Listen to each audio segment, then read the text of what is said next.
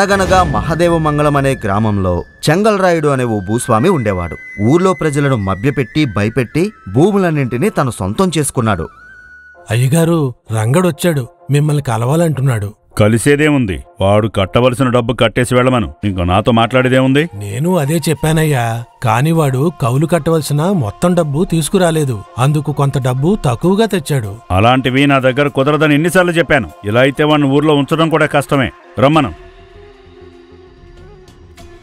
ఎరా, మళ్ళీ డబ్బు తక్కువ తెచ్చావంట? అలా నా దగ్గర కుదరదని తెలీదా? అయ్యా, ఈసారి పంట తక్కువగా వచ్చింది, చేతిలో డబ్బు లేదు. ఈసారి ₹1 ఇచ్చుకోలేను. 700 మాత్రం తీసుకొచ్చాను. దయించి డబ్బు తీసుకోండి అయ్యా. చూడు, మీరు ఏం చేస్తారో నాకు తెలీదు. నాకు చెల్లించవలసిన కౌలు డబ్బు చెల్లించవలసిందే. పోయినసారి కూడా నువ్వు 200 తగ్గించిచ్చావు. ఇలా అయితే నీకు పొలం కౌలుకివ్వడం కుదరదని చెప్పాను కదా. అలా అనకండి అయ్యా, ఆ పని కూడా పోతే నేను నా పిల్లలు ఎలా బతకాలి? నా ఎందుకు కాస్త దయించండి. సరే, చేసేదేముంది? మిగిలిన 300కు గాను నెలకి ₹15 చొప్పున వడ్డీ చెల్లించు. వచ్చే ఏడాది పూర్తి డబ్బు చెల్లిస్తేనే నీకు మళ్ళీ పొలం కౌలుకిచ్చేది. లేదంటే నువ్వు ఊరు ఖాళీ చేయాల్సి ఉంటుంది. ఇకపో.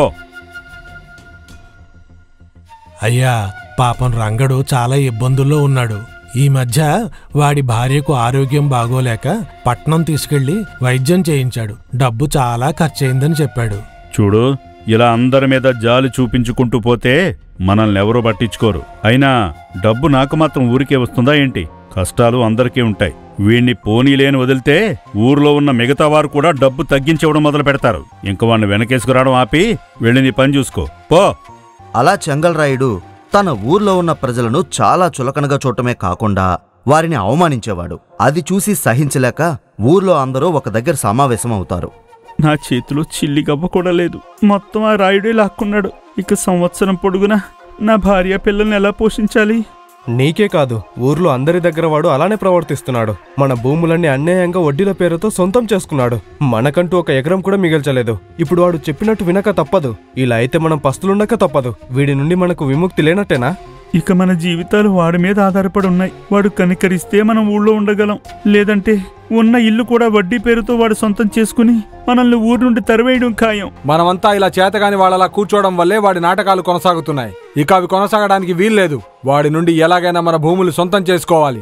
ఆ రాయుడు అసలే క్రూరమైన మనస్తత్వం ఉన్నవాడు. వాడిని ఎదిరించి మనం ఈ ఊర్లో ఉండగలమా? అవన్నీ కుదరని పని. ఎందుకు కుదరదు? మనం అందరం కలిసికట్టుగా ఉంటే వాడు మనల్ని ఏమీ చేయలేడు. అన్యాయంగా మన దగ్గర లాక్కున్న భూముల్ని మనం తిరిగి ఇవ్వమని అడుగుదాం. వాడిని ఎదిరించడానికి నేను సిద్ధమే. భయపడుతూ కూర్చుంటే మనం ఆకలితో చావక తప్పదు. రేపు వాడి దగ్గరకు వెళ్లి మర్యాదగా మన భూముల్ని మనకు సొంతం చేయమని అడుగుదాం. నేనే మీ అందరి తరపున మాట్లాడతాను. భయపడకుండా నాతో రావడానికి మీరందరూ సిద్ధమేనా? నేను సిద్ధమే, కానీ మనం వెళ్లే ముందు ఒకసారి ఆలోచించుకోవాలి. తేడా వస్తే కౌలుకిచ్చిన పొలం కూడా వెనక్కి లాక్కుంటాడు. మీరిలా భయపడుతూ కూర్చుంటే ఎప్పటికీ మీరు ఇలానే ఉంటారు. నేను మీకు అండగా ఉంటానని మాటిస్తున్నాను. రేపు వాడి సంగతి తేల్చాల్సిందే. సిద్ధంగా ఉండండి. అలా నాగయ్య నాయకత్వంలో గ్రామస్తులందరూ కలిసి రాయుడి దగ్గరికి వెళ్లి తమ భూముల గురించి అడుగుతారు. ఎంత ధైర్యం! నన్ను ఎదిరించడానికి ఊర్లో వారందర్నీ పోగేసుకొస్తావా? అన్యాయంగా మా దగ్గర భూములు లాక్కున్నారు. అంతేకాకుండా కరువొచ్చినా వరదొచ్చినా కవులు చెల్లించాల్సిందే అంటున్నారు. లేకుంటే అధిక వడ్డీ వసూలు చేస్తున్నారు. ఇలా అయితే మేము పస్తులతో చావవలసిందే. అవును, ఇక నుండి నీ ఆటలు కొనసాగనివ్వం. మా భూములు మాకు సొంతం చెయ్యాల్సిందే. లేకుంటే అందరం కలిసి నిన్నేం చేస్తామో మాకే తెలియదు. చూశారా వాళ్ళ ఆవేశం? నేను గనక వారికి ఒక్క సైగ చేశానంటే వాళ్ళు మిమ్మల్ని ఇక్కడికిక్కడే చంపి పాడేస్తారు. అయ్యా, వారు చాలా ఆవేశంలో ఉన్నారు. ఇప్పుడు వారితో గొడవ పడటం అంత మంచిది కాదు. ప్రస్తుతానికి ఏదో ఒకటి చెప్పి ఇక్కడి నుంచి పంపేయండి. లేకుంటే ఆవేశంలో అన్నంత పని చేసేలా ఉన్నారు. అంత పని చేస్తారంటావా? సరే ఉండు. సరే సరే, ఆవేశపడకండి. దీనికొక పరిష్కారం చూద్దాం. నాకు 2 రోజుల సమయం ఇవ్వండి. ఆలోచించి చెబుతాను. సరే, మీకు 2 రోజుల సమయం ఇస్తున్నాము. మా భూములు మాకు దక్కకపోతే 2 రోజుల తర్వాత సమస్య పరిష్కరిస్తానని చెప్పానుగా. ఇక మీరంతా వెళ్లి పనులు చూసుకోండి. వెళ్ళండి. అలా అందరూ అక్కడి నుండి వెళ్ళిపోతారు. ఆ మరుసటి రోజు ఉదయం నాగయ్య ఇంటికి పోలీసులు వస్తారు. నాగయ్య, నువ్వు రాయుడు గారింట్లో బంగారం కొంత డబ్బు దొంగతనం చేశావని రాయుడు గారు నీ మీద ఫిర్యాదు చేశారు. మీ ఇల్లు సోదా చేయాల్సి ఉంది. నేను ఎటువంటి దొంగతనం చేయలేదు. కావాలనే రాయుడు నా మీద ఇటువంటి నిందలు వేస్తున్నాడు. ముందు నీ ఇల్లు సోదా చేసిన తర్వాత మాట్లాడుకుందాం. కానిస్టేబుల్స్, వెళ్లి ఇల్లంతా సోదా చేయండి. అయ్యా, నేను ఎటువంటి నేరం చేయలేదు. మా గ్రామస్తులంతా వెళ్లి భూముల గురించి అడిగామని ఆ రాయుడు మా మీద కుట్ర పన్నాడు. ఇవన్నీ తర్వాత మాట్లాడదాం. ఏంటి, ఏమైనా దొరికాయా? అయ్యా ఇదిగోండి, ఈ నగలు బంగారం వీడి దగ్గర దొరికాయి. ఇవి అచ్చంగా రాయుడు గారు చెప్పినట్టే ఉన్నాయి. ఇప్పుడేమంటావు నాగయ్య? ఈ నగదు బంగారం నీకెక్కడి నుంచి వచ్చాయి? అయ్యా, ఇవన్నీ నా ఇంట్లోకి ఎలా వచ్చాయో నాకు అర్థం కావడం లేదు. ఇదంతా ఆ రాయుడు కుట్ర. కావాలని ఆ బంగారం నా ఇంట్లో పెట్టించి నన్ను ఈ నేరంలో ఇరికించాడు. దొంగ దొరికిన తర్వాత ఇలాగే మాట్లాడతాడు గాని, ఇక పద, ఏదైనా ఉంటే పోలీస్ స్టేషన్లో చెబుదువు గాని. దయచేసి నన్ను విడిచిపెట్టండి. నేను దొంగతనం చేయలేదు. అలా రాయుడు కుట్రపూరితంగా తన నగలు బంగారం నాగయ్య ఇంట్లో పెట్టించి దొంగతనం నేరం కింద నాగయ్యకు కారాగార శిక్ష పడేలా చేస్తాడు. చూసావా, నేను మొదటి నుంచి చెబుతూనే ఉన్నాను, రాయుడు ఒట్టు దుర్మార్గుడు. నాగయ్యను దొంగతనం నేరం కింద కారాగారానికి పంపి మనల్ని భూముల గురించి మళ్ళీ మాట్లాడకుండా చేశాడు. ఇక వాడి నుండి మనల్ని ఎవడు కాపాడలేడు. నాగయ్య మళ్ళీ తిరిగి రావడానికి కనీసం సంవత్సర కాలం పడుతుందంట. నాగయ్య తిరిగి శిక్ష పూర్తయి వచ్చినా రాయుడిని ఏమీ చేయలేం. ఈ విషయాలేమి నాగయ్య కొడుకు శివయ్యకు తెలియదు. ఎక్కడో దూరంగా ఉన్న నగరంలో చదువుకుంటున్నాడు. వాడికి ఉత్తరం రాశాము, త్వరలోనే వస్తాడు. అలా విషయం తెలుసుకుని 2 రోజుల తర్వాత శివయ్య ఊర్లోకి వస్తాడు. ఎంత ఘోరం జరిగిపోయింది! ఇలా ఎన్ని రోజులు మనం ఇంకా బానిసత్వంలో బ్రతకాలి? ఆ రాయుడు ఆగడాలు కట్టించక తప్పదు. అందుకు మనమందరం కలిసికట్టుగా ఉండాలి. వద్దురా శివయ్య, ఇలా మాట్లాడే మీ నాన్నని తీసుకెళ్లి కారాగారంలో పెట్టారు. నువ్వు మళ్ళీ ఏదైనా చేస్తే నీ మీద కూడా ఏదో కుట్ర పన్ని నిన్ను కూడా ఊర్లో లేకుండా చేస్తాడు. అసలు ఏమైంది? ఆ నగలు మా ఇంట్లోకి ఎలా వచ్చాయి? నాన్నకు తెలియకుండా ఎవరు నగలు తీసుకొచ్చి పెట్టారో? ఆ విషయం వాడిని అడిగితే ఏం చెప్తాడు? నన్నడుగు, నేను చెప్తాను. బాబాయ్ నువ్వా? నువ్వు మాతో ఉన్నట్టు రాయుడు చూస్తే నీ ఉద్యోగం పోతుందేమో. పోతే పోనీరా, అలాంటి దుర్మార్గుడి దగ్గర పని చేయడం కన్నా ఖాళీగా ఉండటమే మంచిది. అది సరే, అసలేం జరిగిందంటే ఊర్లో వారంతా రాయుడి దగ్గరకు తమ భూముల గురించి వచ్చి వెళ్ళిన తర్వాత, చూడు సోమయ్య, ఈ బంగారం డబ్బు తీసుకెళ్లి ఈ రాత్రికి నాగయ్య గారింట్లో ఎలాగైనా పెట్టాలి. ఆ తర్వాత ఏం చెయ్యాలో నేను చూసుకుంటా. అయ్యా, ఆ నాగయ్య అసలే ప్రమాదకరమైన వ్యక్తి. నేను దొరికితే ఊర్లో అందరిని పిలిపించి నన్ను చితగొట్టేస్తాడు. వాడికి దొరకకుండా పని పూర్తి చేస్తామని నిన్ను పిలిచింది. నువ్వే అలాంటి ఎలా? నీకింకో 50 రూపాయలు ఎక్కువిస్తాను. ఒకవేళ నువ్వు వెళ్లడం నాగయ్య గమనిస్తే వెంటనే కర్రతో వాడి తల పగలగొట్టి అక్కడ్నుంచొచ్చేయి. అలాగేనయ్యా, నేను పని పూర్తి చేసుకొచ్చి డబ్బు తీసుకుంటా. అలా పక్క ఊరి సోమయ్యతో ఆ డబ్బు బంగారం మీ ఇంట్లో పెట్టించి మరుసటి రోజు పోలీసులకు ఫిర్యాదు చేసి దొంగతనం నేరం కింద మీ నాన్నను జైలుకు పంపాడు. అంత కుట్ర చేస్తాడా? వాడిని ఊరికే వదిలిపెట్టకూడదు. అయితే బాబాయ్, మీరు మాకు కొద్దిగా సహకరిస్తే ఆ రాయుడికి తగిన బుద్ధి చెప్తాం. ఏమంటావ్? అలాగే చేస్తాను గాని ఏది చేసినా జాగ్రత్తగా చెయ్యండి. వాడిని మనం నేరుగా ఎదుర్కొంటే చిక్కుల్లో పడతాం. అలా కాకుండా చాకచక్యంతో వాడిని ఎదుర్కోవాలి. ఒక పని చేయి బాబాయ్, నువ్వు 2 రోజులు ఏదైనా పని మీద రాయుడిని ఊరి నుండి బయటికి తీసుకెళ్ళు. అలా చేస్తే మిగతా సంగతి నేను చూసుకుంటా. నీ పథకం బాగుంది గాని ఇక నువ్వేమీ ఆలోచించుకో. ఎలాగైనా రాయుడి ఊర్లో లేకుండా చెయ్యి. సరిగ్గా 2 రోజుల తర్వాత రాత్రి సమయంలో మనం అనుకున్న విధంగా వచ్చేటట్టు చూడు చాలు. సరే, జాగ్రత్త. ఏదైనా తేడా వస్తే నా పేరు బయట పెట్టకుండా ఉంటే చాలు. అలా శివయ్య పథకం ప్రకారం మరుసటి రోజు ఉదయం, అయ్యా, అబ్బాయి గారు పట్నంలో చదువుకుంటున్నారు కదా, అమ్మగారు కూడా అక్కడే ఉన్నారు. చాలా కాలంగా మీరు పట్నం వెళ్ళిందీ లేదు. ఒక 2 రోజులు వెళ్ళి వాళ్ళని చూసి రావచ్చు కదండి. అవును, నువ్వన్నది నిజమే. కానీ మరో 2 నెలల్లో పండగుందిగా, వాళ్లే మన ఊరొస్తారు. ఈలోగా మనం అక్కడికి వెళ్లి రావడం అవసరమంటావా? ప్రయాణ బడలకు తప్ప. పట్నం వెళ్లటం కేవలం వాళ్ళని కలవటానికే కాదండి. పట్టణానికి దగ్గరలో ఉన్న శృంగవరంలో ఒక మోతుబరి రైతు తన పొలం అమ్మకానికి పెట్టారంట. అది చాలా తక్కువ ధరకు వస్తుందంట. ఆ పొలం మన సొంతం చేసుకుంటే దాని నుండి మనకు బోల్డంత ఆదాయం కూడా వస్తుంది కదా. మళ్ళీ ఆలస్యం చేస్తే వేరే ఎవరైనా కొనటానికి వెళ్తారు. అవునా?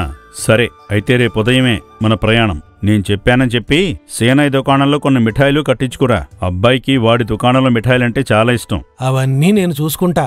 రేపు ప్రయాణానికి సిద్ధంగా ఉండండి. అలా రాయుడు గుమస్తాతో కలిసి పట్నంలో ఉన్న తన భార్య కొడుకును చూడ్డానికి వెళతాడు. ఈలోగా రాయుడింటి సమీపంలో శివయ్య రంగడు కలిసి, రంగయ్య, ఇదిగో ఇక్కడ తవ్వుదాం. ఇదైతే సరైన ప్రదేశం. అవును, ఇదే సరైన ప్రదేశం. రాయుడు ఇటువైపు నుండే ఇంటికెళ్తాడు. రంగయ్య, త్వరగా కానివ్వు. ఇంకా లోతు తవ్వాలి. 2 మనుషులు లోతుండాలి.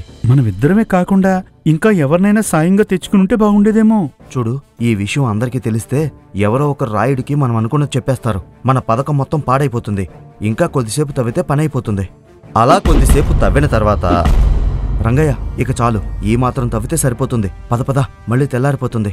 ఇంకా మనం చేయాల్సింది చాలా ఉంది. పద, బయటికి వెళ్దాం. అంతా మనం అనుకున్నట్టే జరుగుతుందంటావా? ఏమో, అంతా మా గుమస్తా బాబాయ్ చేతిలో ఉంది. ఆయన మనకు సహకరిస్తానని మాటిచ్చా కదా రాయుడిని పట్నం తీసుకెళ్ళింది. ఈసారి రాయుడు తప్పించుకుంటే దీని నుండి రాయుడిని ఎదుర్కోవడం కష్టమవుతుంది. ఏమో, అంతా భగవంతుడి దయ. ఊరికి మంచి జరుగుతుందని ఇదంతా చేస్తున్నాను. అలా కొంత సమయానికి తవ్విన గొయ్యిని పైకి కనబడనివ్వకుండా గడ్డితో కప్పేస్తారు. ఆ మరుసటి రోజు రాయుడు గ్రామానికి గుమస్తాతో కలిసి తిరిగి వస్తూ, భూస్వామి పొలం అమ్ముతాడన్నావు? తప్పుడు సమాచారం ఎవరిచ్చారు నీకు?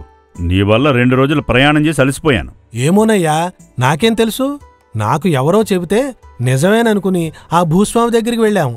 అయినా పొలం కొనకపోతే ఏమైంది? మీ భార్య కొడుకుని చూసి వచ్చారుగా. అది నిజమేలే. నేను వెళ్ళినందుకు వారు చాలా సంతోషించారు. కానీ పొలం దక్కలేదనేదే కొంచెం బాధగా ఉంది. సరేనయ్యా, మీరు వెళ్ళండి. నాకు కాస్త ఇంటి దగ్గర పని ఉంది, అది చూసుకుని వస్తాను. అలా రాయుడు తిరిగి వస్తుండగా దారిలో, అబ్బా, బాగా అలసిపోయాను. త్వరగా వెళ్ళి కొద్దిగా స్నానం చేసి విశ్రాంతి తీసుకుంటా. ఆకలి కూడా వేస్తుంది. అబ్బా అబ్బా, ఇదేంటి ఇక్కడ ఇంత పెద్ద గొయ్యి? ఎక్కడి నుంచి వచ్చింది? అమ్మా, నడుచుకుంటూ వచ్చినప్పుడు అసలు నాకు కనపడలేదు. మామూలు గడ్డి నెలలాగే ఉంది. ఇంత పెద్ద గొయ్యి ఎక్కడదరా? ఎవరైనా ఉన్నారా? మిమ్మల్నే బయట ఎవరైనా ఉన్నారా? అలా కొంత సమయానికి గ్రామస్తులు ఆ గొయ్యి దగ్గరకు చేరుకుంటారు. వాళ్ళను చూసిన రాయుడు, అలా చూస్తూ ఉంటారేంట్రా? నన్ను బయటికి లాగండి. ఏంటి, మిమ్మల్ని బయటికి లాగాలా? బయటకు లాగితే మాకేంటి లాభం? అదేంట్రా అలా అంటారు? సాటి మనిషి ఇలా గోతులో పడి బాధపడుతుంటే మీకు కనికరం లేదా? బయటికి లాగండి. సాటి మనిషి బాధపడితే తప్పకుండా పైకి లాగేవాళ్లమే, కాని పడింది మనిషి కాదు, భూస్వామి రాయుడు. ఏంటి, నేను మనిషిని కాదా? ఏమైందిరా మీకందరికీ? అయినా ఇంత పెద్ద గొయ్యి నా ఇంటి దగ్గర ఎక్కడి నుంచి వచ్చింది? ఎన్నోసార్లు నేను ఇటుగా ప్రయాణం చేశాను, నాకెప్పుడూ కనబడలేదు. అకస్మాత్తుగా ఇక్కడ గొయ్యలా ఏర్పడిందిరా. చూస్తుంటే మీరంతా కలిసి నా మీద కుట్ర పన్నినట్టున్నారు. మేం మీ మీదెందుకు కుట్ర పన్నుతామండి? మీరంటే మాకు ఎంతో గౌరవం. అంత గౌరవం ఉన్నవారు నన్ను పైకి లాక్కుండా మాటలు చెప్తారేంట్రా? నన్ను పైకి లాగండి. కావాలంటే మీకు 10 రూపాయలు డబ్బులు ఇస్తాను. అమ్మో, 10 రూపాయలు డబ్బిస్తారంట. వెళ్ళండి, ఎవరైనా అతనిని పైకి లాగి ఆ 10 రూపాయలు సొంతం చేసుకోండి. 10 రూపాయలు కాకపోతే 100 రూపాయలు ఇస్తాను. నన్ను బయటికి లాగండ్రా. మీరు 1000 రూపాయలు ఇచ్చినా మిమ్మల్ని పైకి లాగటానికి ఈ ఊర్లో ఎవరూ సిద్ధంగా లేరు. ఇక మేము వెళ్తున్నాం. రే, అలా వెళ్ళకండ్రా. మీరు లాగకపోతే పర్వాలేదు గాని నా గుమస్తా సుబ్బయ్యని పిలవండ్రా. వాడైనా నన్ను పైకి లాగుతాడు. అమ్మయ్యా, సుబ్బయ్య వచ్చావా? నన్ను పైకి లాగరా. అయ్యా, మిమ్మల్ని పైకి లాగాలని నాకు ఉంది, కానీ వీరు నన్ను పైకి లాగొద్దని చెప్తున్నారు. నేను మిమ్మల్ని పైకి లాగాలని ప్రయత్నిస్తే నన్ను కూడా గోతిలోకి తోస్తానంటున్నారు. ఏంట్రా, ఊళ్ళో అందరూ కలిసి నన్ను కావాలనే గోతిలో పడేటట్టు చేశారనిపిస్తుంది. దయచేసి నన్ను బయటకు లాగండ్రా. రాయుడు అక్కడున్న వారందర్నీ ఎంతో బ్రతిమలాడతారు. ఎవ్వరూ బయటికి లాగడానికి ఇష్టపడరు. రాత్రి వరకు ఎవ్వరూ పైకి లాగరు. అలా ఉండగా, అరే, నాకు బాగా ఆకలిస్తుందిరా. కనీసం నాకు భోజనమన్నా పెట్టండ్రా. ఆకలితో ఇక్కడే చచ్చేటట్టున్నాను. అయ్యో, రాయుడు గారికి ఆకలి వేస్తుందంట్రా. సరే రాయుడు గారు, ఇదిగోండి, ఈ 10 రూపాయలతో భోజనం కొనుక్కుని తినండి. 10 రూపాయలు నేనేం చేసుకోనరా? ఈ గోతులో భోజనం ఎవరమ్ముతారు? దయచేసి ఏదైనా తినడానికి పెట్టండి. తినటానికి కావాలంటారా? అందరూ తలో రూపాయి ఇవ్వండి, రాయుడు గారికి వేద్దాం. ఆ డబ్బు తింటాడు. ఈ డబ్బు నేనేం చేసుకోనరా? కనీసం మంచినీళ్ళైనా ఇవ్వండిరా. అయ్యో, డబ్బేం చేసుకోమంటారేంటండి? మీకు డబ్బే కదా ముఖ్యం. ఆ డబ్బుతో మీకు కావాల్సింది కొనుక్కోండి. ఇదిగో, కావాలంటే ఈ 10 రూపాయలు కూడా మీరే తీసుకోండి. రాయుడు ఏదడిగినా ఊర్లో వారు మాత్రం డబ్బు గోతిలో వేస్తూ ఉండేవారు. అలా ఒకరోజు గడిచిపోతుంది. ఈ డబ్బంతా నేనేం చేసుకోనరా? దయచేసి నన్ను బయటకు లాగండి. మీకు ఎంత డబ్బు కావాలంటే అంత ఇస్తాను. ఇంకాసేపు ఆగితే ఇక్కడే చచ్చేటట్టున్నాను. ఇప్పటికైనా అర్థమైందా? డబ్బుతో కొనలేనివి చాలా ఉంటాయని. ఈ డబ్బు కోసమేగా మీరు ఊర్లో ఉన్న ప్రజలందరినీ ఎంతో ఇబ్బందులకు గురిచేసి వారి భూముల్ని లాక్కోవడమే కాకుండా అధిక వడ్డీలు వసూలు చేశారు. ఇప్పుడు మీకు కావలసినంత డబ్బు ఈ గోతిలో ఉంది, కానీ మీరు ఒక్క పైసా కూడా ఉపయోగించుకోలేరు. అయ్యా, నాకు బుద్ధొచ్చింది. మీ భూములు మీకు తిరిగిచ్చేస్తాను. అంతేకాదు, మీ నాన్నను కూడా జైలు నుండి విడుదలయ్యేలా చేస్తాను. దయచేసి నన్ను బయటికి లాగండి. ముందు మీ గుమస్తా ద్వారా ఎవరి భూమి కాగితాలు వారికి దక్కేలా చేయండి. వారి దగ్గర అన్యాయంగా వసూలు చేసిన డబ్బు వారికి తిరిగి దక్కేలా చేయండి. గుమాస్తాతో పనిలేదు. నేనే ఆ కాగితాలు మీకు ఇచ్చేస్తాను, నన్ను నమ్మండి. డబ్బుతో కొనలేనివి చాలా ఉంటాయని తెలుసుకున్న రాయుడు బుద్ధి తెచ్చుకుని అందరికీ తమ పొలం కాగితాలు అందించడమే కాకుండా వడ్డీ రూపంలో వసూలు చేసిన డబ్బు కూడా తిరిగిచ్చేస్తాడు. శివయ్య తండ్రిని కూడా జైలు నుండి విడుదల చేయిస్తాడు. శివయ్య పథకం వల్ల ఊర్లో జనాలంతా ఎంతో సుఖ సంతోషాలతో ఉంటారు.